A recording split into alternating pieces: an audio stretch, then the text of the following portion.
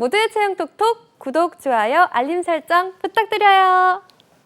방대한 취업 빅데이터 속에서 핵심 정보 전달해 드립니다. 취업 GPT 시간, 오늘 더빅스쿨의 이건 강사님과 함께 하겠습니다. 선생님 어서 오세요. 안녕하세요. 네, 쌤 지난주에 못 뵀잖아요. 오늘의 맞아요. 취업 GPT 오늘 어떤 주제를 가지고 이야기 함께 해볼까요? 오늘은 좀 특별한 주제를 가져왔습니다. 가상 발전소라는 주제를 가져왔습니다. 가상 발전소요? 네. 발전소면은 어떤 발전할 수 있는 어떤 주체가 뚜렷하게 있어야 되는 건데 가상 발전소는 뭐예요, 쌤? 약간 메타버스 발전소 같은 느낌이 들죠. 예. 근데 저도 이제 이 가상 발전소의 개념부터 설명하기보다는 예. 일단은 분산형 자원이라는 설명부터 먼저 드려야 되지 않을까 싶어요. 예. 이게 분산형 자원이 뭐냐면은 태양광 풍력 발전 같은 거 전력이 사용되는 지역 인근에서 생산되는 네. 그런 이제 뭔가 재생 에너지를 포함한 예. 그런 분산형 전원.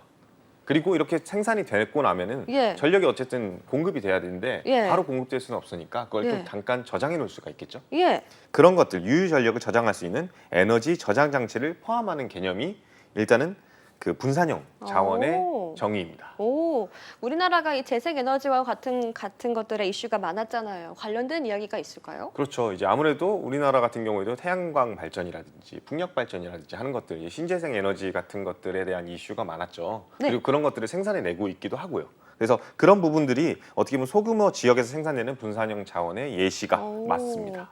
분산형 자원을 우리가 알아야 되는 이유가 있을 텐데 어떤 거예요?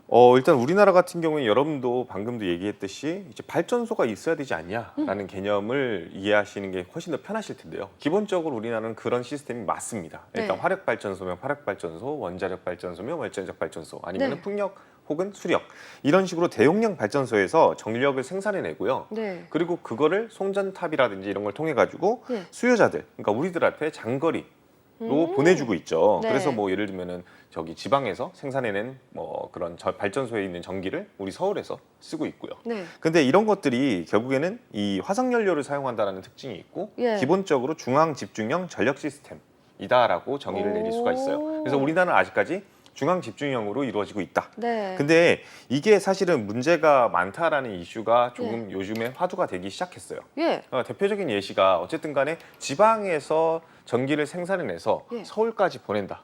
그러면 일단은 서울까지 보낼 전선이 필요하겠죠. 그렇죠. 그렇죠. 그 전선을 우리 집 앞에 설치한다. 예. 그것도 단순히 그냥 이만한 이제 콘센트형 전선이 아니라 막 이따만한 두꺼운 두꺼운 거의 송전탑. 김밥보다 두꺼운. 그렇죠. 네. 그럼 막 이제 발전소 근처에서는 이제 환경 오염 이슈도 있을 수 있고 예. 송전탑 문제도 있을 근처에서는 수도 있고. 네, 예. 전파 문제 막 이런 것들도 사실 발생할 수가 있고요. 예, 그런 것들이 맞아요. 이제 각종 사회적 이슈나 문제들이 대두되는 현상에서 네. 이 분산형 자원 이제 그 수요지 인근 서울 근처에서 생산해낸다라고 한다면요. 네. 아무래도 이제 보급과 확대의 용이성이 분명히 더 많아질 거고 사람들도 동의하는 이제 not in my backyard 이런 것들이 네. 좀 사라지지 예. 않을까라는 이제 이슈가 있어요. 그러다 보니까 이제 이 중앙에서 보내는 것이 아니라 지방에서 오. 그 근처에서 생산해내자라는 움직임이 대두되고 있는 현실입니다.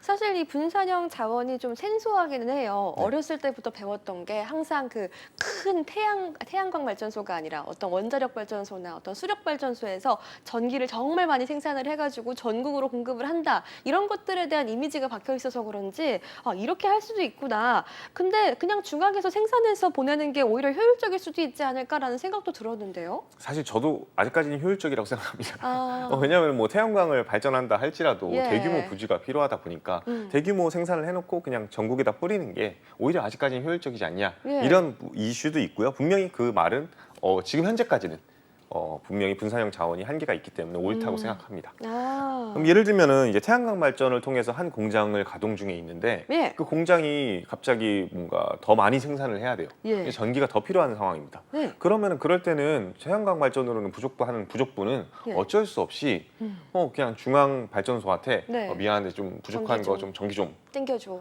그렇죠. 예. 그러면 자연스럽게 우리가 원래 했던 목적과 다르게 다시 화력 발전소를 돌려야 되는 그런 문제가 있겠죠. 그래서 지금 현재는 아직까지는 이제 배보다 배꼽이 더 큰 상황은 맞습니다. 분산형 자원은 아직까지는 좀 한계를 가지고 있는 걸로 보면 될까요? 그렇죠. 현재까지는. 그래서 오늘의 주제인 가상발전소가 나오기 시작하는 겁니다. 아, 그래서 지금까지 인트로였어요, 쌤? 인트로입니다. 저 분산형 자원 한참 생각하고 있었는데 여기서 한 단계 더 나아가는군요. 맞습니다. 이제 가상발전소가 뭐냐면은 이 다양한 분산형 자원들, 그러니까 뭐 예를 들면은 제 집에서도 전기를 생산해내고, 네. 우리 간씨 집에서도 전기를 생산해낸다. 네. 라고 한다면은 원래는 서로 것만 쓰다가 전기가 부족하다 그러면은 그 중앙발전소에서 전기를 끌어다 써야 되는데 제가 쓰다가 부족하면은 MC님 조금만 빌려주실 수 있어요? 아, 예. 혹은- 이자는요 하면서 막 좀 쳐주고 막 그런 거 그렇죠. 아니에요? 예. 반대로 저 같은 경우에도 부족해요? 라고 하면 전달해 줄 수 있고. 아, 예. 근데 그런 개념을 하려고 하다 보면은 자연스럽게 이제 정보통신 기술을 통합해 가지고 네. 하나의 발전기처럼 운영하는 통합 관리 시스템이 필요하겠죠. 와. 그러다 보니까 이 통합 관리 시스템을 의미하는 것이 예. 가상 발전소이다. 그래서 아. 영어로는 VPP, 버추얼 파워 플랜트라고 부른다고 합니다. 이 하나로 운영한다. 그러니까 우리 집에서 좀 생산하고 뭐 필요한 걸 좀 끌어다 쓰고 하는 그런 어떤 시스템인 것 같은데 사실 잘 와닿진 않아서 하나로 운영한다는 게 또 어떤 거예요, 쌤? 일단은 앞서 예시를 들었던 사례를 조금 다시 한번 설명을 해드리는 게 편할 것 같은데요. 네. 이 태양 발전을 통해서 한 공장이 가동 중에 있다가 갑자기 발전량이 부족해져요. 예. 그러면은 원래는 이제 한국전력이 움직여야겠죠. 예. 쏴주고. 근데 이제 가상 발전소로 통합 운영이 된다면 인근 지역에 남는 그런 소규모 전력을 모아서 네. 공장에 넘겨주는 방식으로 한다. 이러면은 아. 추가적으로 화력 발전소를 돌릴 필요 없이 예. 바로 공장이 가동할 수 있겠죠. 그런 개념이다.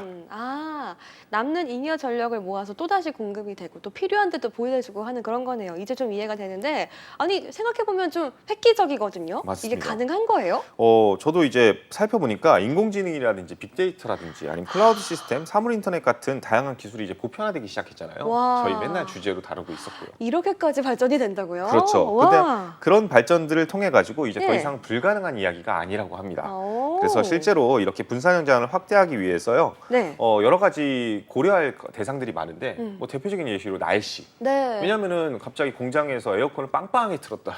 그럼 전기가 갑자기 많이 필요해지겠죠. 와, 그렇죠. 하면서 돌아가겠죠. 그러다 네. 보니까 이 날씨를 확실히 알아야 되는 거죠. 네. 오늘처럼 이제 태풍이 온다. 라고 한다면 그 태풍에 대한 대비도 어. 필요할 수도 있는 거고요. 예. 그런 식으로 날씨라든지 시간대라든지 계절 등에 따라서 발전량이 일정치가 않잖아요. 네, 맞아요. 그리고 또 이 발전 방법이나 수요도 사실 일정치 않고요. 네. 그러다 보니까 이 재생에너지를 원활하게 이용하는 것이 굉장히 중요하잖아요. 그런 것들을 정확하게 예측하고 남는 전력을 저장한 거나 아니면 제어할 수 있는 기술이 있다면은 오. 이 당연히 이 분산형 자원을 통해 가지고 가상발전소를 통해서 이런 것들을 현실화할 수 있는데 가능하지 않겠냐라는 그런 개념으로 도입된 시스템입니다.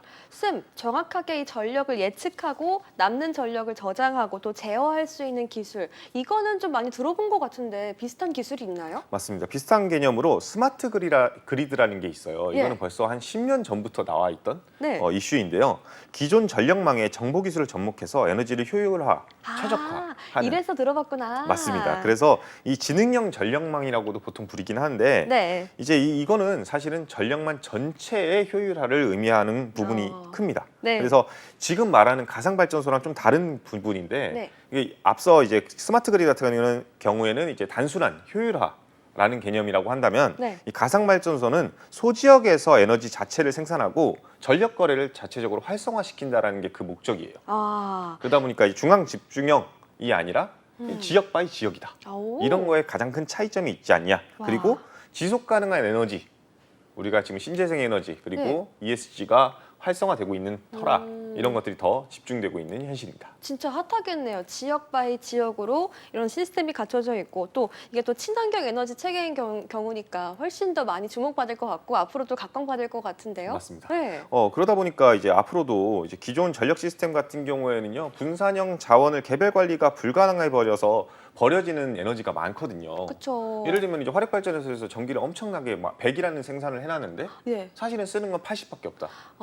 그럼 이제 20은 사실 공중분해되는. 예. 그리고 그게 어떻게 보면 정말 효율화에 미치지 못하는 그리고 또 자연을 망치는 그런 그러네요. 부분이 발생할 수가 있겠죠. 우리가 생각했던 그 방법이 오히려 효율적이지가 않을 수도 있는 거겠네요. 쌤? 그렇죠. 그렇죠. 그 상황에 따라서 날씨나 어떤 다른 컨디션도 있을 거잖아요. 맞습니다.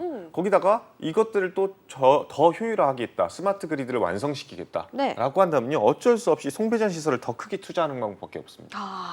그래가지고 예를 들면은 한 발전소에서 전국 단위로 뻗어 있는 전선이 있으면 네. 사실은 그런 효율화가 가능할 수는 있겠죠. 근데 그 전선을 진짜 그물망처럼 만들어 놓는다? 그건 다시 또 말하면은 또 다시 사회적 이슈. 우리 집 앞에 왜 송전탑을 건설해? 예. 라는 이슈가 또 발생할 수가 있는 거고요. 그리고 또 그 송전탑 짓는 것만 하더라도 비용이 어마어마하게 들어가겠죠. 네. 그런 부분들이 사실은 이제 친환경 에너지라고 하기에는 좀 곤란한 부분이 있기 때문에 이 분산 에너지 기술과 접목해서 제어한다면요. 전력 발전, 예비 발전 이런 것들도 다 확보할 수가 있고요. 오. 거기다가 이제 적은 비용으로 효율화를 극대화할 수 있다는 게 가장 핵심 포인트입니다. 그래서 대규모 투자도 필요 없고 예측 불확실성도 확실히 해결해 나갈 수 있는 이런 부분들이 재생에너지 사용을 더 고도화하고 효율화할 수 있는 가장 핵심 포인트가 되지 않을까 싶습니다. 와, 쌤, 그러면 이 가상 발전소라는 게 진짜 좋은 거였네요. 발전소가 없는 발전소, 사람들이 발전한 걸 서로 공유하고 나눠 쓰고 필요할 때 도와주고 하는 그런 플랫폼에 가까운 그런 거겠네요. 완전 천재다운 바로 답변이라고 생각합니다. 예, 아니 이게 되게 좋은 거였네. 맞습니다. 예, 가상 발전소라고 해서 저는 뭘 가상으로 발전을 하나 했는데 그쵸. 발전이 되네요. 이게 되네? 가짜 발전은 아닙니다. 뭐 예를 들면은 이제 배달앱 같은 경우에는 식당은 제가 운영하진 않지만 예. 식당들을 통해 가지고 배달을 해가지고 예. 운영을 하고 있죠. 예. 뭐 아니면 차량 공유 앱 같은 경우에도요. 차를 갖고 있지 않다도 차를 공유해 가지고 예. 운전할 수 있게 해주고요. 아, 그러니까 말 그대로 가상 발전소는 발전소 없이도 발전된 전기를 효율적으로 나눠 쓸 수 있게 해주는 그런 플랫폼이다라고 예. 생각하시면 될 것 같습니다. 진짜 천재인데요. 이런 획기적인 사업은 우리나라만 하고 있지 않을 것 같아요. 다른 나라 예시도 있을까요? 일단은 이제 재생에너지 사용 비율이 높은 유럽을 중심으로 다른 나라들도 굉장히 많이 참여하고 있어요. 뭐 대표적으로 미국, 심지어 중국까지도 참여하고 있고요. 네. 전 세계 각국에서 가상 발전소 활성화를 위해서 제도 개선이라든지 실증 사업 이런 것들 작업들이 진행 중에 있습니다. 예. 그러니까 앞서 이제 유럽이 가장 이제 빠르게 움직이고 있는 이유는 아무래도 이제 신재생 에너지, 재생 에너지에 대한 욕심이 크다 보니까요. 그런 건데요. 유럽 같은 경우를 이야기하자면요. 유럽위원회 에너지위원회 같은 경우는요. 네. 에너지 소비에서 재생 에너지를 사용하는 비율을요. 2021년 22%에서 네. 2030년 45%까지 확대하기로 했대요. 네. 얼마 안 남았어요. 6년밖에 안 남았습니다. 진짜네요. 그렇죠? 근데 이제 이렇기 때문에 전력 시장 자유화 지침을 발표하고 경쟁 체제를 도입했어요. 그러니까 이게 뭐냐면은 결국에는 20개 회사가 대규모로 이 가상 발전소 사업에 뛰어들어서 네. 그런 것들을 서로 경쟁을 해서 예. 서로 플랫폼으로 비즈니스를 해라.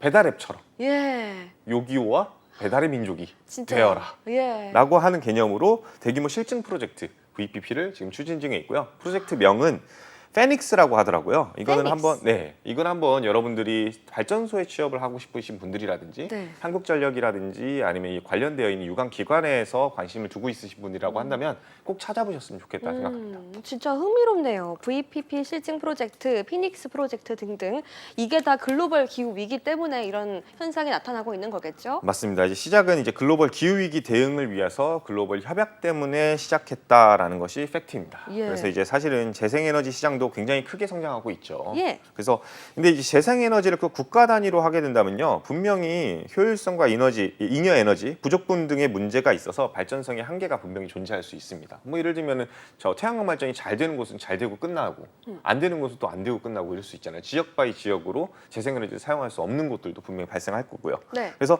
이를 돌파할 만한 돌파구가 마련된 셈이지 않을까 싶습니다. 뭐 예를 들면은 산지 같은 경우에는 구름이 자주 낀다라고 한다면은 풍력 발전은 유리할 수 있지만 태양광 발전은 좀 불리하겠죠. 네. 근데 막 바람이 안 부는 날은 태양광을 좀 끌어다 쓴다든지, 태양광을 좀 안 쓰는 곳들 같은 경우에는 풍력이 바람이 많이 분다고 하면은 그쪽으로 또 전기를 보낸다든지 와. 하게 되면은 자연스럽게 효율화가 생겨날 수 있겠죠. 그러다 보니까 전 세계적인 탄소 감축 목표를 달성해서 네. 어떻게 보면은 2027년 같은 경우에는요. 태양광이 단일 에너지원으로서 네. 석탄과 천연가스의 발전량을 넘어설 수도 있다라는 전망까지도 등장하게 된 배경이 되는 겁니다. 와, 태양광이 단일 에너지원으로서 석탄과 천연가스 발전량을 넘어선다는 게 네. 어렸을 땐 상상도 못하던 일이었거든요. 맞습니다. 이거 와. 얼마 안 남았다는 게 가장 중요한 현실이고 취준생들은 꼭 알아둬야 된다. 네. 이제 앞으로 재생에너지가 그냥 단순히 뭐 미래지향적인 기술이다라고 하는 게 아니라 예. 눈앞에 닥친 신기술이다. 세계적인 이제 눈앞의 신기술이긴 한데 우리나라 모습은 어떤가요? 우리나라 눈앞에도 좀 있을까요, 쌤? 우리나라 거는 아직까지 좀 미흡하다라는 게 또 현실인 것 같습니다. 아쉽네요. 네, 재생에너지 사용 비중을 보니까요. 8.3%밖에 차지하지 않더라고요. 아, 이게 8.3%면 그래도 꽤 되는 거 아니야 싶을 텐데요. 예. 다른 나라들을 한번 살펴봤는데 네. 아이슬란드 같은 경우에는 100% 재생에너지를 100%요? 재생에너지 100% 재생에너지를 쓰고 있다고 하고요. 이야. 오스트리아 같은 경우는 79.5%, 독일 같은 경우에는 41.7%, 훌륭하네요. 일본 21.8%, 미국 21.1% 순이라고 합니다. 네.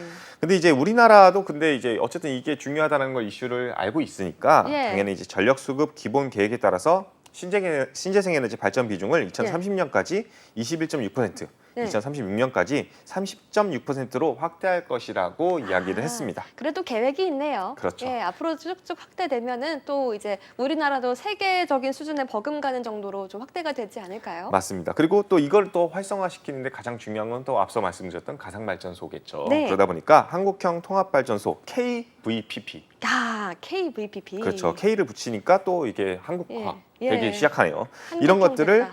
추진 중에 있고 향후 5년간 지능형 전력망 분야에서 3.7조 원 정도를 투자할 계획이라고 합니다. 오. 굉장히 큰 금액이죠. 관련 분야에 취업하시는 분들한테는 정말 좋겠네요. 맞습니다. 예. 그리고 또 이제 발전소가 굉장히 다양한 분야에 적용이 될 수 있다는 것도 핵심인 것 같아요. 그래서 네. 중소규모 분산 자원의 VPP 참여 유도를 위해서요. 어떻게 보면은 이 중소기업들도 네. 누구든지 다 이걸 시장에 참여할 수 있게끔 해줄 거고 예. 여러분들이 생각하고 있는 지금 현재 알고 있는 그런 동서발전 이런 데들 다 넘어서 네. 그냥 뭐 이건 발전 이런 이건 것들도 발전. 생겨낼 수 아. 있다라는 게 핵심이지 않을까 맞아요. 싶어요. 여러 가지 소규모 분산형 업체들이 생기지 않을까 하는 맞습니다. 생각도 드네요. 그럼 이 가상발전소 시장 규모 자체도 엄청 커지겠어요. 맞습니다. 이게 2018년 기준으로 했을 때 세계 가상발전소 시장 규모 자체는요 한 3.2억 달러 수준이었다고 합니다. 네. 근데 지금 이제 연평균 31.2%씩 성장하고 있다라고 합니다. 평균 성장률이 31.2%예요. 네, 그렇죠. 와, 무슨 매년 30% 성장한다라고 한다면요. 와, 정말 크다. 이런 주식이 있으면 저는 몰빵할 것 같습니다. 와, 그렇죠. 엄청나게 크다는 거죠. 그래서 네. 내년 같은 경우에는요, 17억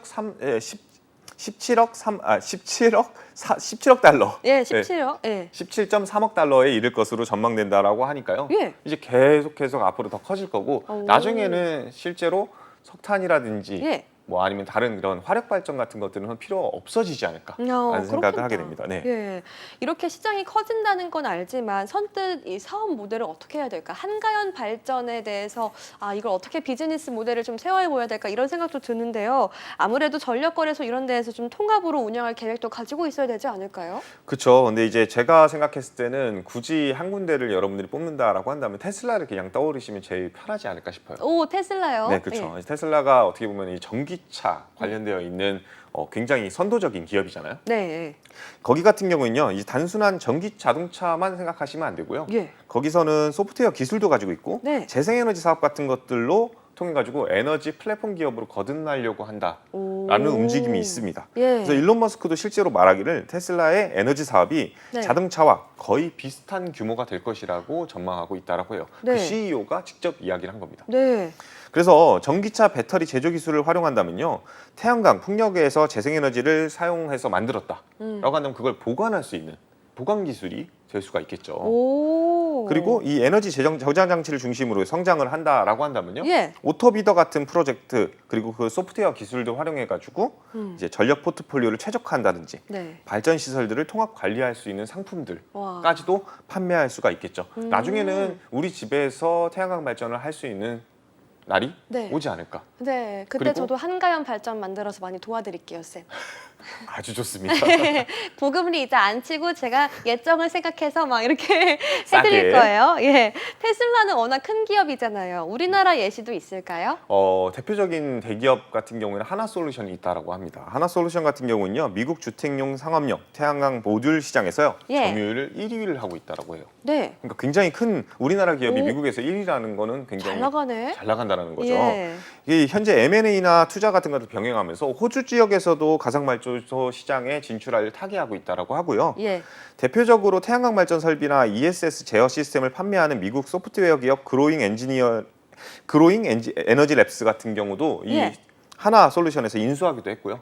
그리고 네. 호주 같은 경우에는요, 빅토리아 주정부에서 시행하는 가상발전소 시범 사업에 선정돼서요, 오. 프로젝트를 주도적으로 하고 와. 있다라고 합니다. 그래서 만약에 이제 주민들이 이 하나솔루션의 제품을 사용한다라고 네. 한다면요, 보조금까지도 받아가면서 와. 국가 단위의 사업을 추진 중에 있다라고 합니다. 예. 그리고 전력거래소뿐만 아니라 우리나라에도 소규모 전력 중개 사업자들도 등장할 수 있다라고 앞서 말씀드렸잖아요. 네. 그러다 보니까 2019년 2월부터 소규모 전력 자원으로 생산하거나 저장한 전력을 모아서 전력 시장에서 거래하는 것을 가능하게 하는 제도도 이미 마련돼 있다라고 합니다. 오. 그래서 우리끼리 전기 사고 파는 거 이제 더 이상 불법이 아니다.